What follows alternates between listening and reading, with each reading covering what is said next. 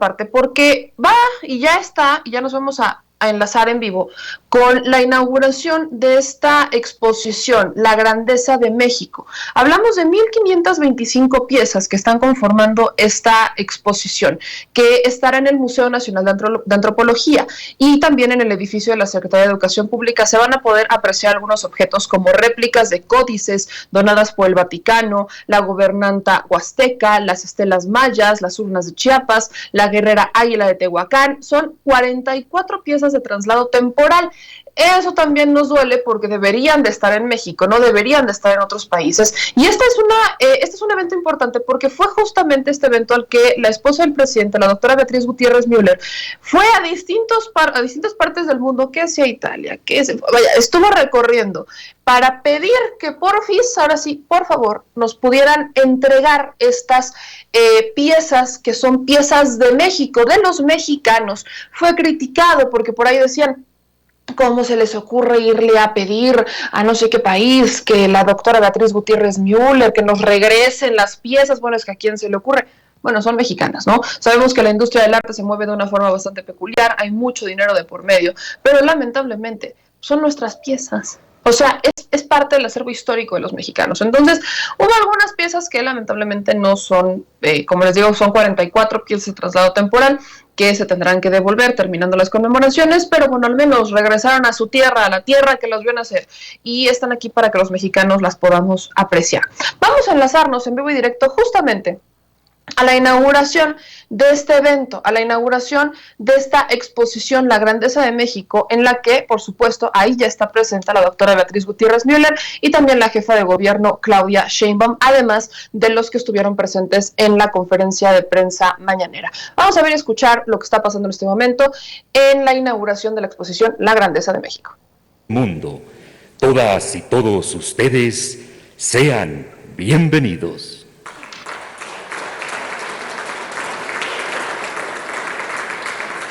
Solicitamos la palabra al director general del Instituto Nacional de Antropología e Historia, antropólogo Diego Prieto Hernández.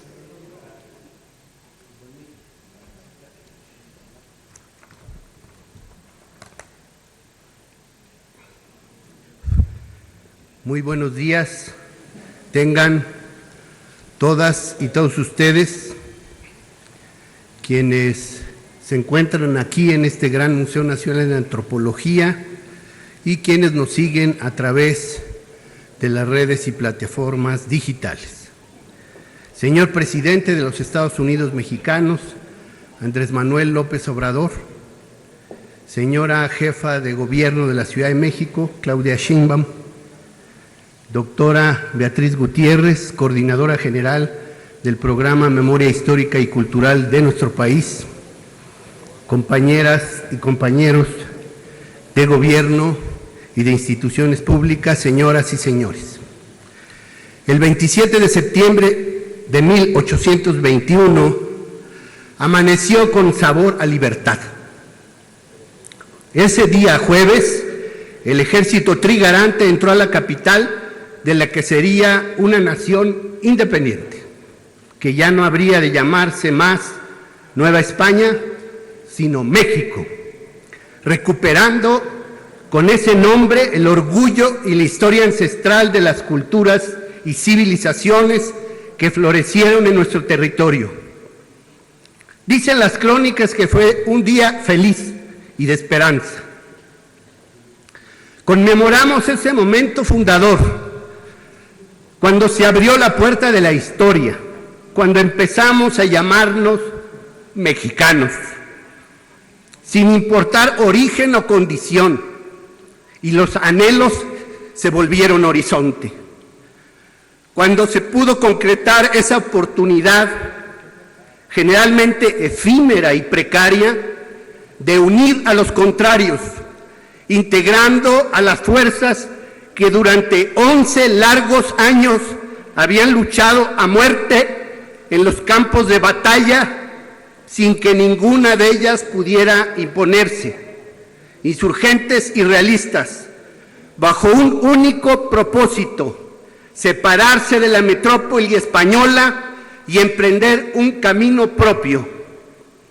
Mostrar un esbozo de esa construcción es lo que nos reúne en la apertura de la exposición dual La Grandeza de México. Se trata de ofrecer objetos, imágenes y textos que ilustren la suma de tiempos, mentalidades y gestas que han dado y dan identidad al país. Bocetar el dibujo de México, sus paisajes, sus pueblos, sus luchas, sus sueños y sus creaciones. Atisbar en las cosmovisiones que nos dan rostro, la terrenalidad que nos da cuerpo y la ritualidad que nos da espíritu. Comenzaré con un testimonio de la Sierra de Jalisco. Un hombre recordaba que en su niñez pasaba las tardes soñando en las cosas interesantes que habría más allá de los cerros que tenía enfrente. Y a veces soñaba ser un zopilote y volar, muy suavemente, como vuelan los zopilotes, hasta dejar atrás aquel pueblo donde no sucedía nada interesante. Había leído un libro de aventuras en regiones donde existían las tierras y los mares más raros que se haya visto. Ese memorioso era Juan Rulfo, que descubrió después que los paisajes de su país no eran menos rudos. Retrató al México de colores ocres que acompañan al norte de planicies y desiertos, y dialogó con viajeros que pintaron los paisajes verdes y húmedos de los trópicos, de ríos inmensos donde la complejidad de la vida es otra, así como las regiones orientales y sureñas con sus nudos de montañas, ríos y selvas excesivas, o los bosques y valles altos del altiplano, con tierras fértiles y muy pobladas en que se gestaron las conspiraciones independentistas. Presentamos un México de paraísos que tienen todo para todos, pero en que la realidad social ha impuesto la injusticia en su distribución y su disfrute. Ambas circunstancias, la naturaleza pródiga y la riqueza material, frente a la generalizada desigualdad y el sometimiento de unos por otros, mueven a los pueblos de esta geografía a seguir adelante en el ciclo perpetuo de vida y muerte, noche y día, madre y padre, goce y sacrificio. Como nos lo han enseñado desde antiguo los ancestros, las sacerdotisas, los Shitá, los Shmem, los Tlamatini, como lo señala aquí la mujer de Amajac, aparecida apenas el año nuevo de este 2021, o la guerrera y el guerrero Popolocas, águila y jaguar, que presiden el camino de la muerte como redención y vida nueva. Hablar de la grandeza de México es hablar de la profundidad como la entendía Guillermo Bonfil, para referirse a la emergencia de una civilización negada, que se reafirma en su capacidad de resistencia y actualización, y no en la exclusión ni el fundamentalismo. Si me pidieran explicar la historia mexicana en pocas palabras, usaría una metáfora zapoteca, recordada por Andrés Enestrosa. Somos los hombres que dispersó la danza, decía. Creadores y beneficiarios del maíz y de la milpa, fuimos después la bisagra de la primera economía mundo, articulando los distintos continentes, porque los mexicanos somos una réplica del universo. Nuestra memoria vuela entre la realidad y la imaginación, entre lo pragmático y la raigambre de las mitologías, entre lo náhuatl y lo ñañó, entre lo maya y lo rarámuri, entre lo que hemos sido y lo que hemos creído ser. Pensamos la muerte como parte de la vida, por ello le dedicamos la flor y el canto, Inxochitl, Incuicatl, que representan a la tierra, Tlali, o Shimhai, en su divina conjunción con lo humano. Porque la grandeza de México se ha ido forjando en la milpa histórica que somos. Porque en todos los tiempos y lugares, los mexicanos convierten las fuerzas naturales en dioses, que conviven con personas, plantas y animales. Las piedras, el barro, la madera, el papel y la pintura, intervenidos por las y los artistas, hacen visibles dichas fuerzas. Arte y ritual, sensualidad y costumbre, se abren en el horizonte imaginario desde hace 5,000 años, cuando las bandas empezaron a cultivar la tierra, delinear el territorio, definir el cosmos y formar pueblos. No sin conflictos, México ha sido, como lo calificó Humboldt, el país de la desigualdad y los contrastes. Por eso, en este 200 aniversario de la patria, además de celebrar, debemos emprender el balance de lo logrado y lo pendiente. Propongo, para ello, acudir al principal documento programático de la Revolución de Independencia, Los Sentimientos de la Nación, promulgado en 1813 por José María Morelos, que proponía, punto 12, que como la buena ley es superior a todo hombre, las que dicte nuestro Congreso deben ser tales que obliguen a constancia y patriotismo, moderen la opulencia y la indigencia, y de tal suerte aumente el jornal del pobre, que mejore sus costumbres, alejando la ignorancia, la rapiña y el hurto. Y más adelante, punto 15, que la esclavitud se proscriba para siempre, y lo mismo la distinción de castas, y solo distinguirá a un americano de otro el vicio y la virtud.